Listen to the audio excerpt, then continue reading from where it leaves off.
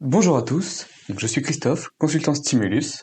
Bonjour à tous, je suis Adrien, consultant chez Stimulus. Alors, pour ce premier podcast qui s'inscrit dans notre enquête de sens, j'aimerais que l'on revienne un petit peu sur cette thématique et vraiment qu'on la définisse.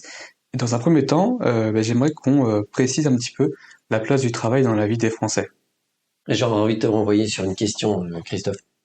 Imagine, t'as une fête, t'as un copain qui t'invite et tu connais personne. Du coup, tu te balades, tu vas essayer de te prendre un verre, puis tu vas essayer de faire connaissance, sinon tu vas t'ennuyer pendant toute la soirée. Mhm. Et donc, tu vas aborder quelqu'un. Petite question presque devinette, c'est, à part le prénom, quelle est la première question que tu as envie de lui poser? Je pense que rapidement, je vais lui demander ce qu'il fait dans la vie. Exactement. Ça montre quelque chose en fait. C'est que la première chose qu'on a envie de savoir, c'est quel est le métier de la personne, quel est son travail. Le travail, en tout cas en France, c'est très identitaire. Tu te serais trouvé dans la même situation, je sais pas moi, en Italie par exemple, la première question que tu aurais eu envie de poser, ce serait peut-être pas celle-là. Ce serait peut-être de quelle région d'Italie tu viens, par exemple. Et une autre forme d'identité. En France, le travail est identitaire. Et ça vient pas du chapeau, c'est des études qui le montrent. Ça a tout un tas d'incidences, à la fois dans la place que le travail peut prendre dans la vie des gens, aussi finalement le plaisir et le sens que ça peut produire quand ça se passe bien, mais aussi les sources de stress, la souffrance, les frustrations que ça peut générer quand ça se passe pas bien. Donc d'après ce que tu me dis là, le travail, en tout cas pour les Français, serait quand même assez identitaire et les Français mettraient un petit peu leur travail au centre de leur vie de manière générale. C'est ça, en tendance évidemment. Évidemment qu'il y a des gens pour qui le travail c'est pas vital. Mais du coup, concrètement, quand on parle de sens au travail, c'est une notion un peu floue. On voit bien dans les différentes études que les Français recherchent vraiment du sens au travail, mais concrètement, ce terme recouvre quoi? C'est intéressant, tu as tout à fait raison. Le sens, c'est un terme extrêmement flou. Il y a plein de façons de le définir, toutes plus ou moins contradictoires entre elles. Mais il y a quand même des gens qui ont travaillé là-dessus dans le cadre du sens au travail. Du coup, je vais faire un choix et je vais vous proposer une définition. Je vais le définir de trois manières, trois composantes du sens au travail. La première, c'est ce qu'on appelle la signification du travail, la valeur du travail, la place que ce travail prend dans nos vies. Et là, il y a plein d'extrêmes. À un extrême, vous avez sûrement tous entendu parler du métier fini parti. C'est un boulot alimentaire. J'aime bien mes collègues, mais globalement, c'est pas un métier qui me passionne. Par contre, les conditions du travail me permettent d'avoir de la liberté. Je me lève tôt, je finis tôt, et j'ai la journée pour moi, pour faire de la musique, pour faire n'importe quoi d'autre. Moi, j'avais rencontré comme ça dans le cadre du travail, participant à une formation. Pour finalement, le quotidien, c'était pas son travail, c'était il tenait une chambre d'hôte. Et donc, il se levait très tôt le matin, allait bosser, partait, finissait son boulot vers 11 ou 12 heures, et le reste de la journée, il s'occupait de sa chambre d'hôte. À l'autre extrême, évidemment, on a des situations, et tout le monde connaît des personnes dans son entourage pour qui c'est le cas, où je dirais, le travail, c'est toute leur vie. Les collègues, c'est leur famille. Et si je suis dans ce cas-là, mon travail peut remplir la quasi-intégralité de ma vie éveillée.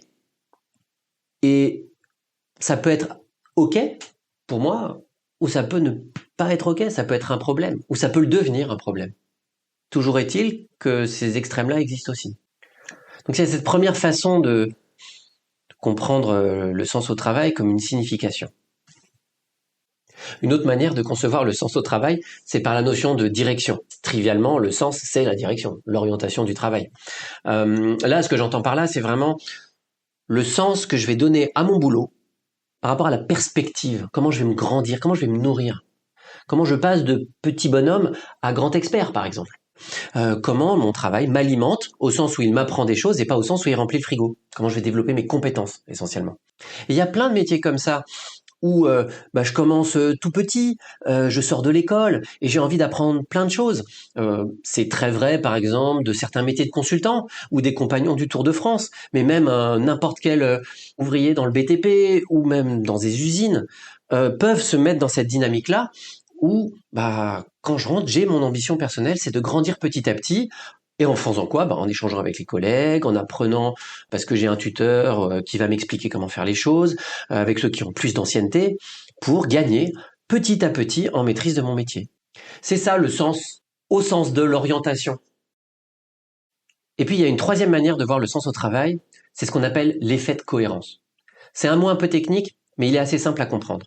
C'est dans quelle mesure mon travail est cohérent avec mes valeurs, mes attentes, la façon dont je vois la qualité de mon travail. Je vais donner un exemple. Imaginez, vous êtes un chauffeur de bus, d'une ligne avec très peu de fréquence, par exemple un bus toutes les demi-heures. Vous, votre job, c'est assez simple et compliqué à la fois, c'est-à-dire qu'il faut partir à l'heure, arriver à l'heure et essayer d'être le plus possible à l'heure à chaque station, notamment parce que les bus sont pas fréquents, donc arriver à l'heure, c'est important. Et là, vous êtes à une station et vous voyez dans votre rétro un papa qui court en poussant une poussette assez loin, assez chargé, transpirant, le doudou qui tombe, etc., qui arrive. Et là, il faut que vous partiez en fait. Faut que vous partiez, parce que sinon vous êtes en retard. Et vous savez très bien que si vous l'attendez, déjà vous allez perdre 1 minute ou 2, mais il va falloir monter, c'est plein à l'arrière, donc ça va faire tout un bazar. Et en même temps, ce papa, il va peut-être être en retard à ses rendez-vous, il est peut-être épuisé, et vous savez que s'il prend pas le bus qu'il voulait prendre, qu'il a presque raté, il va devoir attendre une demi-heure.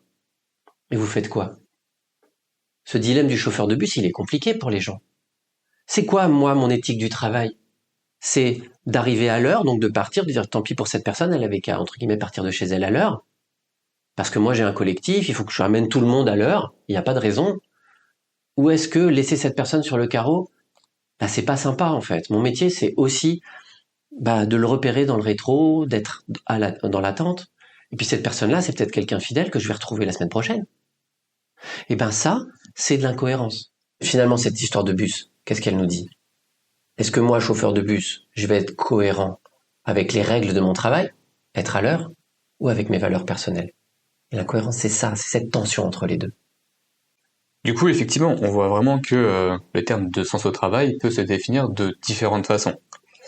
Mais concrètement, quand on est au travail, au quotidien, qu'est-ce qui peut nourrir le sens au travail? Déjà, je reviens à la définition, tout simplement. La capacité d'apprendre, ça nourrit du sens. La cohérence avec mon éthique personnelle, avec mes valeurs, ça va produire du sens pour moi. Et ça, c'est très bon pour la santé, entre guillemets. Mais il y a plein d'autres aspects que j'ai pas évoqués.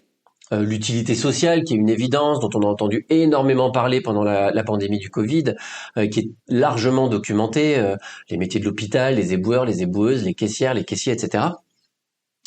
Un truc très important, c'est la qualité des relations avec les gens. Le soutien que je vais obtenir de mon chef ou de mes collègues, la reconnaissance, le fait qu'on me fasse des feedbacks. Un petit exemple peut-être. Vous voyez les personnes qui aident les enfants à traverser la rue à l'entrée ou à la sortie de l'école. Ces personnes-là, elles font un métier qui est pas facile. Elles sont là, qu'il pleuve, qu'il neige, qu'il vente, etc. C'est un métier répétitif. Il n'y a pas beaucoup d'interactions, mais il y en a quand même un petit peu. Et ça, c'est déjà un premier niveau de reconnaissance. Les enfants passent, disent bonjour, disent merci, et déjà c'est un petit feedback. Ça fait du sens. Mais imaginez, et il y a des gens qui l'ont fait. Vous mettez ces personnes-là autour d'une table, avec les parents d'élèves, avec les enfants, et qui échangent en fait sur à quel point elles sont utiles, et qui échangent sur ce que ça leur fait, enfin vraiment qui partagent très concrètement le fait d'être rassurés. Et puis le dernier point important, c'est l'autonomie dans le travail. Plus j'ai de marge de manœuvre, plus j'ai de capacité à décider, à arbitrer sur ce que j'ai à faire, pas à faire, la façon dont je vais organiser les choses, plus mon métier va avoir du sens. Dès que les prescriptions sont trop rigides, on a l'impression que le sens se perd. Et est-ce que le rapport au sens au travail a évolué à travers le temps et à travers les différentes crises qu'on a traversées et qu'on traverse encore? Spoiler, oui, mais on en parle demain.